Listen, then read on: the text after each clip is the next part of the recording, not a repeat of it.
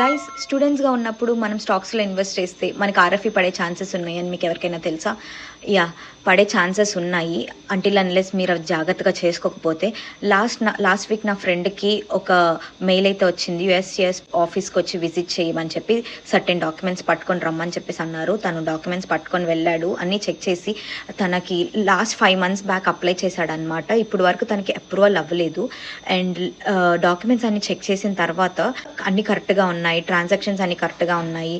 And తనకి profits వచ్చినాయి. ఆ ప్రాఫిట్స్లో ఇంత హ్యూజ్ అమౌంట్లో ప్రాఫిట్స్ ఎందుకు వచ్చినాయి, ఈ డబ్బులన్నీ నువ్వు యుఎస్లో సంపాదించావా, నీకు జాబ్ లేదు కదా, నువ్వు ఎట్లా సంపాదించావు, ఎక్కడివి అంటే తను ఇండియా నుంచి తెచ్చుకున్న డబ్బులతో ఇక్కడ ఇన్వెస్ట్ చేశాడు.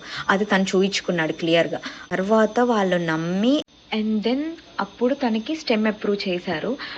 సో ఇదంతా ప్రాసెస్ 1 week జరిగిందనమాట. తను టు అండ్ ఫ్రో వెళ్తానే ఉన్నాడు, ఆఫీస్కి వెళ్తున్నాడు, వస్తున్నాడు, ఇదంతా జరుగుతూనే ఉంది. వాళ్ళు అడిగిన డాక్యుమెంట్స్ అన్నీ చెక్ చేసి తనని లిటరల్గా ఆఫీస్లో 6 hours కూర్చోబెట్టి చాలాసేపు ఎంక్వైరీ చేశారు. తనని ట్రాన్సాక్షన్స్ మొత్తం చెక్ చేశారు. ఇవన్నీ నాకు చెప్తుంటే లిటరల్లీ ఇంకా ఫ్రీడమ్ ఎక్కడుందిరా మనకి స్టూడెంట్స్కి? స్టాక్స్లో కూడా ఇన్వెస్ట్ చేయకూడదు, ఏం చేయకూడదు, ఎక్కడ చేయకూడదు. ప్రాఫిట్స్ వచ్చినా సరే ట్యాక్స్లు కడుతున్నావా లేదా అని కూడా చెక్ చేస్తున్నారు. Yeah, so guys please be careful. మీకు ఎంత ప్రాఫిట్స్ వచ్చినా ఏం చేసుకున్నా దానిని ట్యాక్సెస్ రూపంలో మీరు తిరిగి కడతా ఉండండి. ఇనీషియల్ డేస్లో ఏం కాదులే అని అనుకోవద్దు. That's are very crucial days where you have to be very much careful.